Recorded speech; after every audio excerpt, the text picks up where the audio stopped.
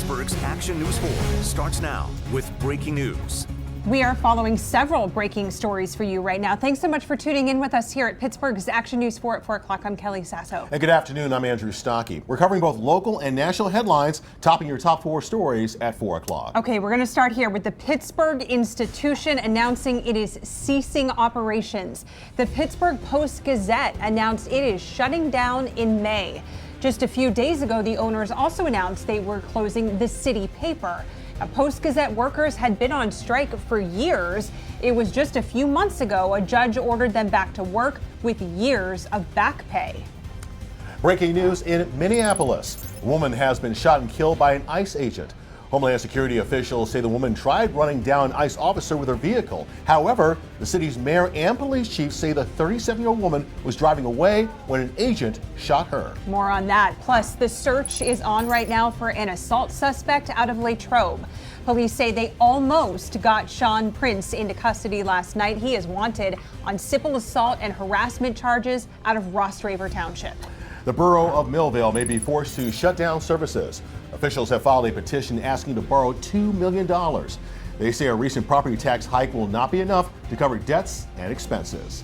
And those are your top 4 stories at 4 o'clock. A lot going on, but let's check in right now and give you your first look at Pittsburgh's action weather. Yeah, and at least for the short term right now in the weather, there's not a whole lot going on, which is the good news. Brian Hutton Jr. here with the forecast. Not until Friday, we really have nothing to worry about. Yeah, it's just the clouds today. Those rain showers are exited, and we'll see sunshine returning tomorrow. That helps to warm temperatures up even more. So our warming trend continues. We'll make it to 60 degrees by the time we get to your Friday. And then Friday is an impact day as rain showers will return to western Pennsylvania. Showers could get here as early as the morning commute. We'll see periods of rain through the day. It's not a full washout, but rain showers will be around. You'll need the umbrella as you make plans for your Friday. And we will cool back down but stay dry for your Steelers Monday as temperatures will look to be in the 30s as we get the kickoff and continue cooling as we head through the fourth quarter. But we will be dry. So again, no major weather concerns for your wild card game Monday. Temperatures are in the 40s for the most part. The only exception across western Pennsylvania, Franklin's at 38, Monroeville's at 45 along with Washington.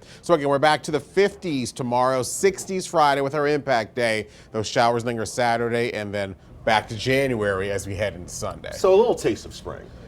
Yes, very brief, brief. but we'll take it. Short but meaningful. This is true. All right, Brian, thanks so much. We'll see you here in just a little bit. For now, we want to get back to our breaking news. It has served the city since the infancy of our nation. Just a short time ago, though, the owners of the Pittsburgh Post-Gazette said the paper is shutting down for good. Let's get straight out to Pittsburgh's Action News 4 reporter Marcy Cipriani, live outside the paper's North Shore headquarters. And Marcy, 2 questions for you this afternoon. First, what prompted today's announcement? And second, when will the final edition be published? Well, Andrew, I will answer that second question first. The Post-Gazette is set to have its final paper published on May 3rd. Now, that is a Sunday. That's one of 2 days that the Post-Gazette here still prints physical copies. Now, as for why, the paper's owners, Block Communication, cite financial losses and point to the journalist strike that recently ended. In a statement, Block Communication writes in part, quote, recent court decisions would require the Post-Gazette to operate under a 2014 labor contract that imposes on the Post-Gazette outdated and inflexible operational practices unsuited for today's local journalism. A court recently ruled in the Newspaper Guild of Pittsburgh's favor, restoring the terms of their 2014 to 2017 contract. The court also ordered years of back pay to the striking workers. At last check, they were still bargaining for a new agreement. That strike way back in 2022. Block Communication says it lost $350 million in cash operating the PG over the last 20 years. The owners say it's proud of the service it's been able to provide to the Pittsburgh area. The Newspaper Guild of Pittsburgh wrote in a statement, quote, instead of simply following the law, the owners chose to punish local journalists and the city of Pittsburgh.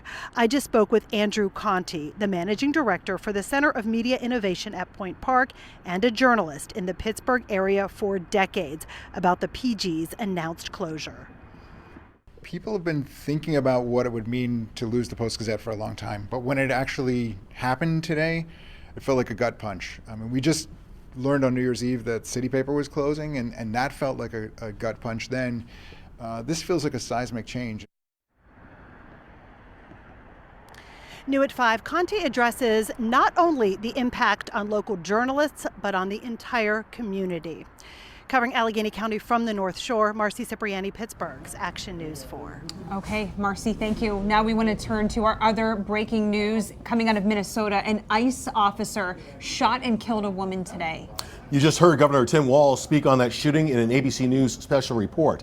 Homeland Security says the woman used her vehicle as a weapon, but both the mayor and the police chief are disagreeing with that account. The mayor is sending a very strong statement just a short time ago. To ICE, get the out of Minneapolis. We do not want you here. Tensions have been very high in Minneapolis since the federal crackdown began in that city. ABC's Rena Roy now brings us up to speed. To ICE, get the out of Minneapolis. A blunt message to ICE from Minneapolis Mayor Jacob Frey after authorities say federal immigration agents shot and killed a woman this afternoon during what they say were targeted operations. They are already trying to spin this as an action of self-defense. Having seen the video of myself, I want to tell everybody directly, that is bull. This was an agent recklessly using power that resulted in somebody dying. Disturbing video shows the moments after the shooting. You can see paramedics running to the car. This image shows a bullet hole in the windshield. The Department of Homeland Security is saying the 37-year-old who was killed was blocking the roadway and, quote, weaponized her vehicle as officers were trying to get their car out of the snow. They were attempting to push out their vehicle and a woman attacked them and those surrounding them and attempted to run them over and ram them. Local police saying this. A federal law enforcement officer approached her on foot, and the vehicle began to drive off. At least 2 shots were fired. Federal authorities arguing the ICE officer feared for his life and fired defensive shots. The vehicle started to move, and I could see what appeared to be an immigration enforcement officer yelling through the window at the driver of the car. And then I saw the officer reach his hand holding a gun through the driver's side window, and multiple shots were fired. Video shows protesters clashing with law enforcement, throwing snowballs at vehicles, tear gas deployed into the crowd. The Trump administration says 2,000 agents had recently been deployed to Minneapolis. As we just heard, the mayor now demanding they leave the city, saying they are only causing chaos. Rena Roy, ABC News, New York. Now back here, a be on the lookout alert was sent out last night for this man, Sean Prince, nearly taken into custody last night in Latrobe, but he got away. Ross Draver Township Police want him for simple assault and harassment charges. Now, Prince's criminal history is extensive. It even includes an alleged involvement in a kidnapping case out of Scottsdale back in October. Westmoreland Bureau reporter Ed Diorio is joining us now live with the latest on this search. Ed.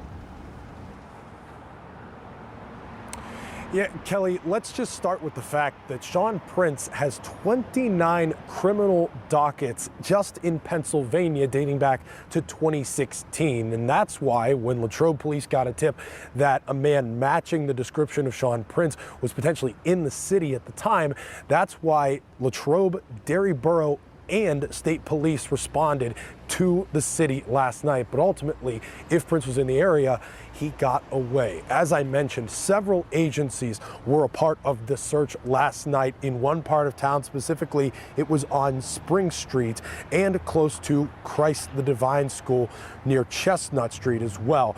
And residents in that area who spoke to police told me today that they were told that the man could be armed and dangerous. Prince was not taken into custody, as I mentioned, and the search for him continues today, not just here in Latrobe, but across other parts of the county as well.